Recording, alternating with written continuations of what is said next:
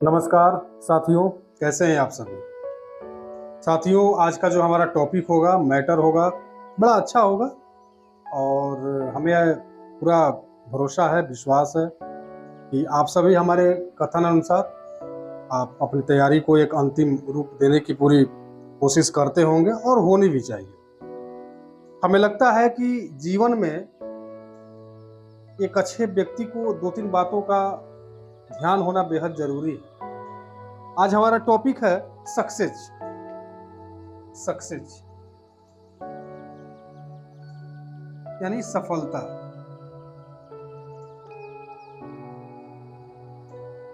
बड़ा बेहतरीन टॉपिक है और बड़ा मजेदार आपकी ये टॉपिक होने वाली है।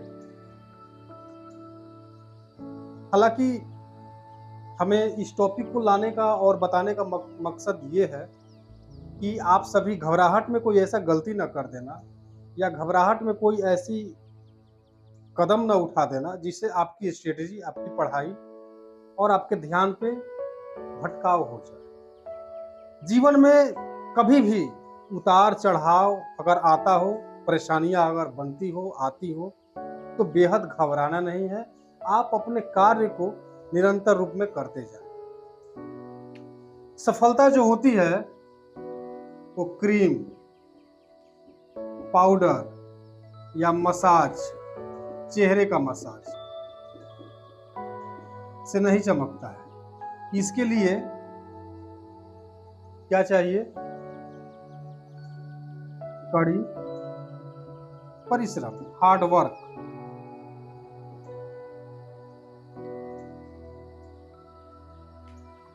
जो व्यक्ति इस हार्डवर्क को 95%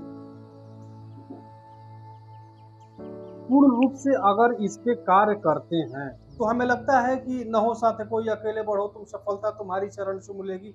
तुम्हें किसी भी परिस्थिति और किसी भी तरह के व्यक्ति के गलत आचरण से तुम्हें कोई प्रभाव पड़ने वाला तो बिल्कुल नहीं। तुम बेहतर कार्य करते हो, तुम्हारा भटकाव होता है और समाज में 95% लोग तुम्हारा भटकाव ही करते हैं। आप यूपीएससी की तैयारी करो या स्टेट पीसीएस की तैयारी करो या अन्य किसी भी तरीका का तैयारी करो, समाज के लोगों को बड़ा परेशानी होती है। तुम्हारे आसपास के जो लोग हैं उनको बड़ी परेशानी हो जाती है और तुम्हें वो भटकाना चाहते हैं, तुम्हें वो परेशान करना चाहते हैं। और जब तुम उनसे परेशान हो जाते हो, डिप्रेशन में जाते हो, सोचते हो नहीं बना तो, नहीं हुआ तो अलग बात है।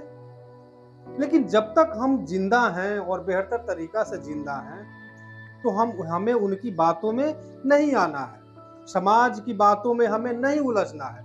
हमें अपने कार्य को निरंतर तरीका से या बेहतर तरीका से पॉजिटिव माइंड को रख के अपने आप को उस कार्य के प्रति पूरे लगन, धैर्यवान की तरह हमें कार्य करने हैं।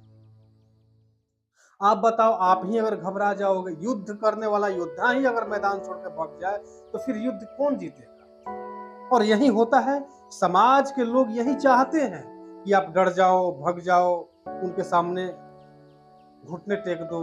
नहीं नहीं, ऐसा बिल्कुल आपको नहीं करना है। आपको अपने कार्य के प्रति बेहद ऑनेस्टी पूर्वक अपने कार्य को करना है, ताकि उनको भी लगे कि हमने जिसको भटकाया, जिसको उलझाया, उलझा नहीं, भटका नहीं, अपने कार्य को किया। आप रामायण काल की अगर बात करें तो माता शबरी को देखें। शबरी, अगर हम शबरी को देखें रामायण काल में, अगर अपने हम परिस्थिति को अगर हम शबरी से अगर हम जोड़ दें तो फिर उनकी परेशानियों से और हमारी परेशानियों में क्या अंतर है? शून्य का अंतर है। शून्य का अंतर का मतलब कि जितना उन्होंने कष्ट झेला, जितना उन्होंने समाज को झेला गलत अवधारणाएं लेके, उतनी हम नहीं झेल सकते। हमारी उम्र और आयु भी उतनी नहीं होती है, हमें उतना ऊर्जा भी नहीं होता है। हमें 60, 65, 70, 80, 90 साल के अंदर में मर जाना होता है। इंसान की यही आयु होती है। विधाता ने एक अल्प आयु हमें दिया है, उस आयु में ही हमें सब कार्य करने हो। और आप शबरी की बात कर रहे हो, शबरी को देखिए, पूरी जीवन उसकी राम की तपस्या में लग जाती है। अंत में राम का दर्शन होता है कब? जब बुढ़ापा आ जाता है तब। और भगवान श्री राम उनको नवधा भक्ति का ज्ञान देके अपने धाम को भेज देते हैं। इसलिए मेरे भाइयों, परिस्थिति से तो बिल्कुल ना घबराइए। आप सबरी की बात हमने किया, आप मीरा की बात देखें। भगवान श्री कृष्ण को छोड़ के उनके अंदर कोई आ सकता था क्या? नहीं ना, कोई नहीं आ सकता था। ये चेतना है, ये शक्ति है, ये आपके अंदर की ऊर्जा है। और आप अगर इस ऊर्जा को बनाए रखना चाहते हैं तो आप अपने स्टडी और अपने टॉपिक को बेहतर ध्यान में रखें।